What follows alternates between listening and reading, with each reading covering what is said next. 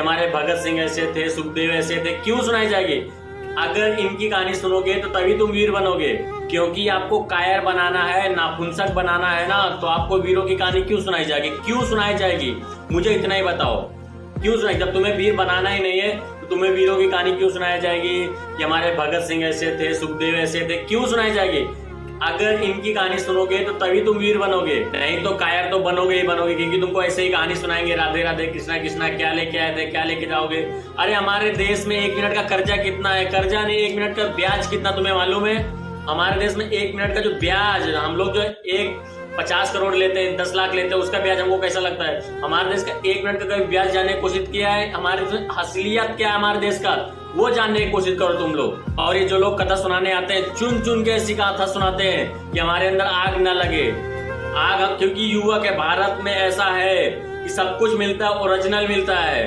ये विदेशी कंपनी की वजह से डुप्लीकेट भारतीय लोग खुद खा रहे हैं और दूसरों को भी खिला रहे हैं। नहीं तो हमारे देश में इतनी मिट्टी की ईमानदारी है, कुछ भी हो जाए अपने मिट्टी से गद्दारी नहीं कर सकता। लेकिन ये विदेशी कंपनियों के चलते युवक हार जाता है, सिस्टम की वजह से मार खा खा के हार जाता है। और मैं एक बहुत गंभीर बात बोल रहा हूँ, जो राम कथा की कथा सुनाते रहते हैं, मैं सुनाओ, मैं मना नहीं करता, मैं खुद पूजा करता हूँ। लेकिन हमारे युवक में आग जलने दो, आग बुझने मत दो।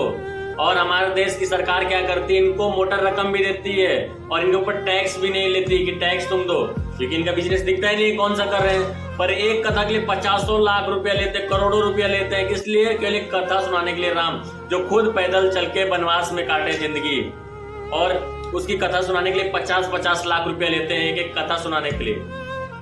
खुद करोड़ों कमाते, अपने बच्चों को जाके विदेश में पढ़ाते हैं। इनके बच्चों का बायोडाटा निकालो कभी, क्या लेके आए थे, क्या लेके जाएंगे, जो ये बोलते रहते हैं पाखंडी लोग। और सरकार इसलिए भी पैसा देती है, मोटर इनके ऊपर टैक्स नहीं है, क्योंकि सरकार भी चाहती है कि हम इन युवक के, भारत के लोग को, कि इनका ध्यान गरीबी, बेरोजगारी पर कभी ना जाए।